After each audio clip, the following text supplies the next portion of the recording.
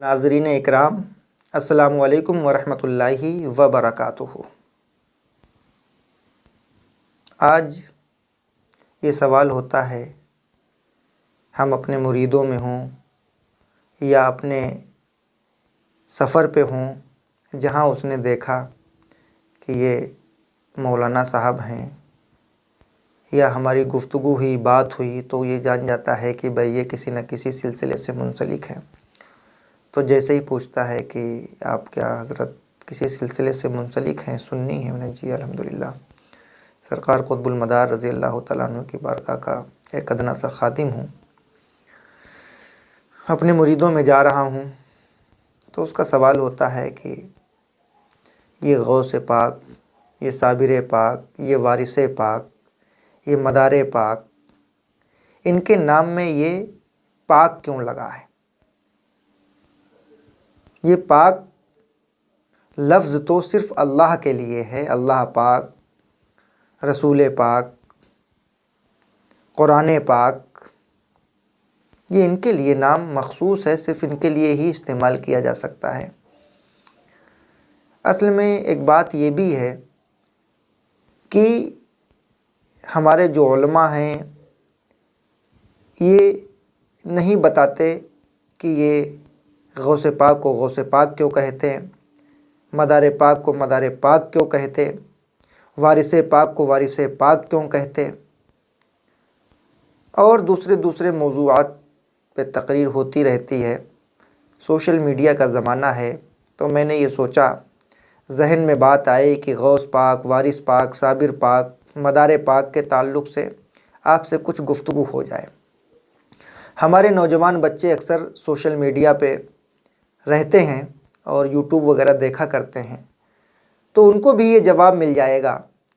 اور جو بھی آدمی دنیا کا کوئی بھی ملے تم سے کہہ دے کہ غوث پاک، وارث پاک، صابر پاک نہیں کہنا چاہیے، یہ پاک نام تو صرف قرآن کے لیے ہے، اللہ پاک ہے، رسول پاک ہے، قرآن پاک ہے۔ تو ان کو یہ ہمارا جواب ہے، اور ان کو یہ جواب ہمارے نوجوان بچے دیں کہ اگر تم ناپاک ہو، تم کو غسل کی حاجت ہے اور تمہارے اوپر غسل واجب ہو جائے کہ تم کو غسل کرنا ہی کرنا ہے، تم ناپاک ہو، نجس ہو، تمہارے اوپر غسل فرض ہے، تو اس وقت تم کیا کرو گے؟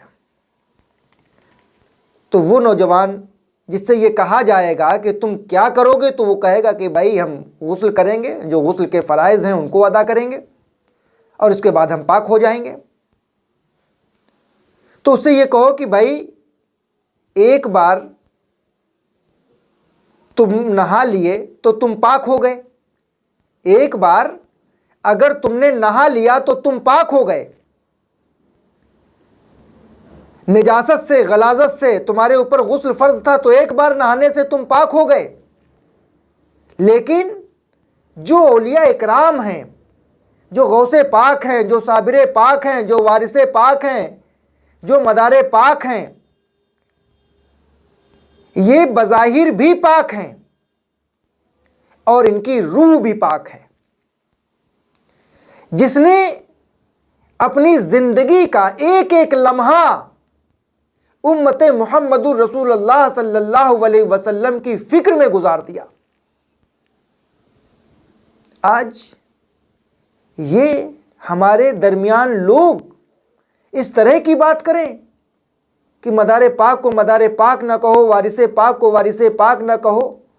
ارے یہ وہی اولیاء کاملین ہیں جن کے لیے اللہ نے قرآن میں فرمایا، الا ان اولیاء اللہ لا خوف علیہم ولا هم یحزنون، بے شک ان کو نہ کوئی خوف ہے، نہ کوئی غم ہے، نہ کوئی عذر ہے، نہ کوئی ملال ہے۔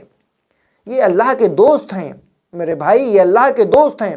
اور جس نے پاکی، دنیا کی بھی پاکی حاصل کی، آخرت کی بھی پاکی حاصل کی، اور اپنی روح کی بھی پاکی حاصل کی، اور اس درجہ اللہ نے ان کو بلند و بالا کر دیا، اتنا بلند کر دیا کہ اللہ نے اپنا دوست قرآن میں ارشاد فرما دیا۔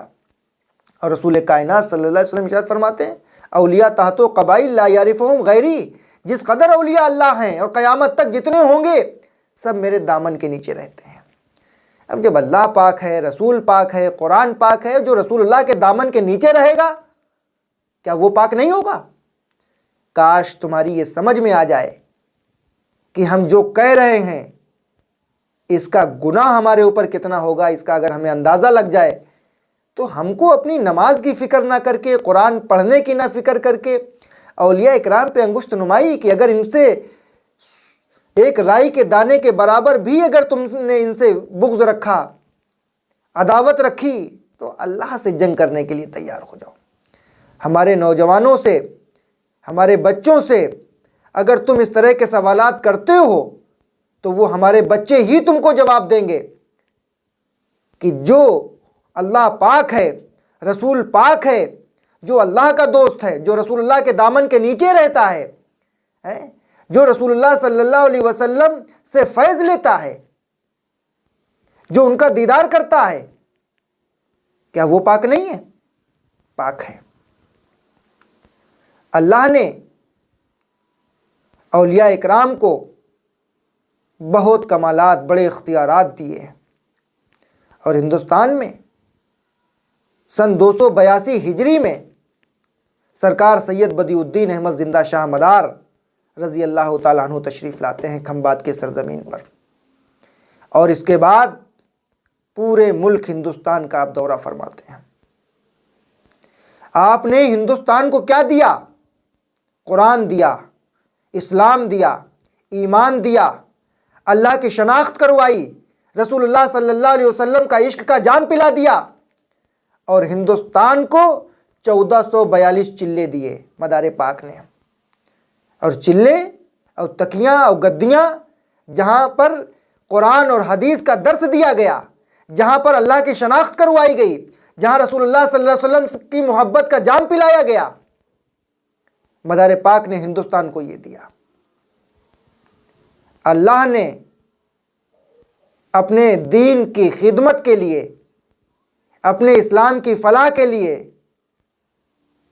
سید بدیع الدین احمد زندہ شاہ مدار رضی اللہ تعالیٰ عنہ کو باحکم رسالت مآب صلی اللہ علیہ وسلم ہندوستان آپ کو بھیجا۔ اور یوں تو چلے مدار العالمین کے 3 لاکھ چلے پورے ورلڈ میں ہیں۔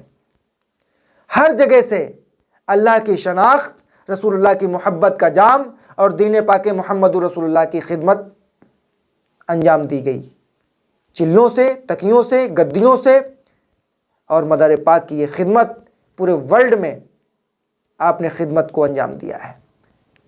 اور اللہ تبارک و تعالی ہمیں اور آپ کو سب کو کہنے سننے سے زیادہ عمل کی توفیق عطا فرمائے۔